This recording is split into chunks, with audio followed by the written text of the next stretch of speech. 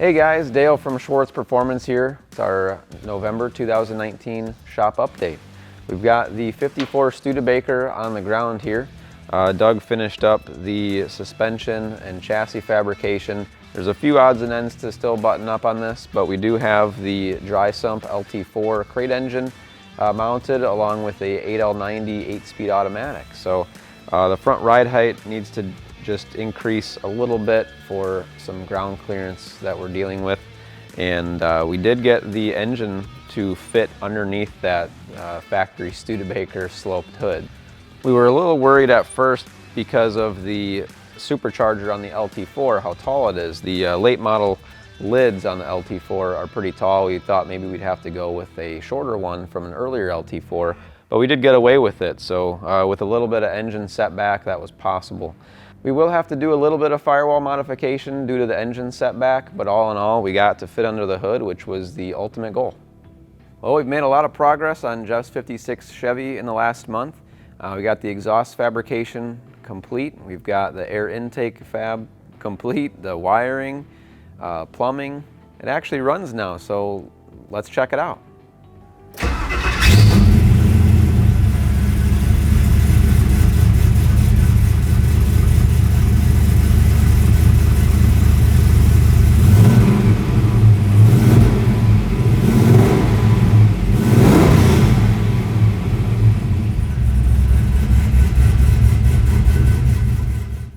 That Chevrolet Performance 495 horse LS3 sounds pretty good, doesn't it?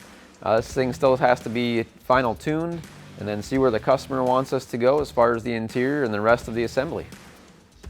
On last month's update, we had just finalized the painting on Joe's 69 GTO convertible project here. We've since mounted the engine and trans in the chassis, mounted the chassis to the body, and we're working on the plumbing and wiring right now. So Ken just got the dry sump tank and breather tank mounted for this Chevrolet Performance LS7 dry sump engine, and we're continuing on the wiring so we can get this thing fired up here in the next week or so.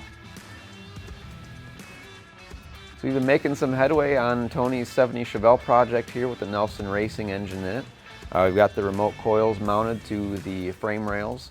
MSD wires ran to the spark plugs. We do have the air intake tube fabricated. It's currently in the bodywork stage, getting ready to get painted. And the next aspect on this is we're going to be starting on some of the interior work. Speaking of interiors, we've just got Stan's 67 Mustang back from Casson Customizing, who did the complete upholstery job on the interior here. We've got the dash, the console, the seats, a rear panel, all upholstered in this black Be Cool leather with suede inserts. So it looks really classy, really high-tech.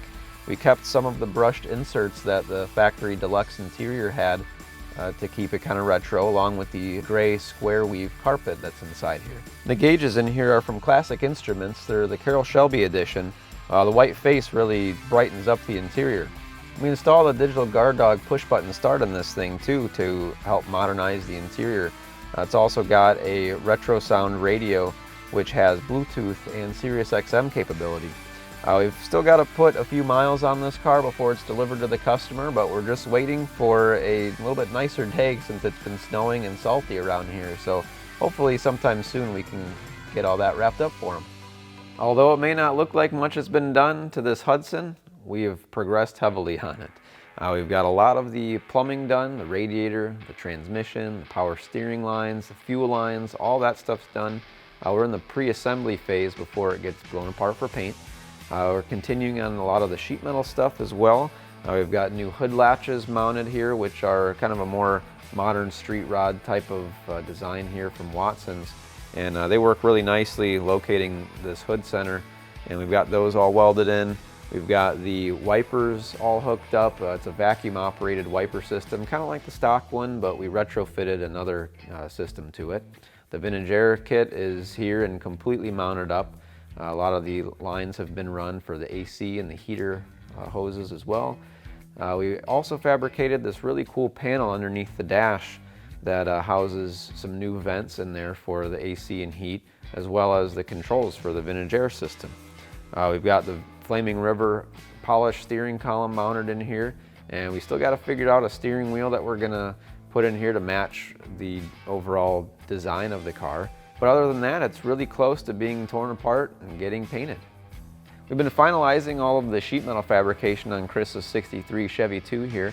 I've got the chassis back underneath it so we can do the front inner fenders and the auto-rad radiator support that we got in. It's all aluminum with the heat exchanger and radiator and AC condenser mounted to it. So these Chevy IIs are very compact in the front end, so we had to go with something that was a compact system like we did from auto-rad. So we're really excited to use that product on here. Once all of the fabrication is done on that end, the body will get sent back out to get E-coated. Another new project just rolled through the door last week. This is a '69 Mustang that we're going to be building for an out-of-state customer.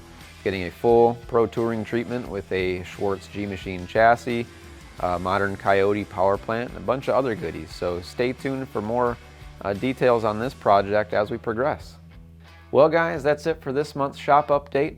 If any of you are going to be attending the PRI show in Indianapolis next month in December, we will have a very special project in the Ultimate Headers booth. So please come out and say hi, check out that project. We'll be posting pictures and stuff as well from the show. Please subscribe to our YouTube channel here, follow us on Facebook and Instagram, and we will see you next month.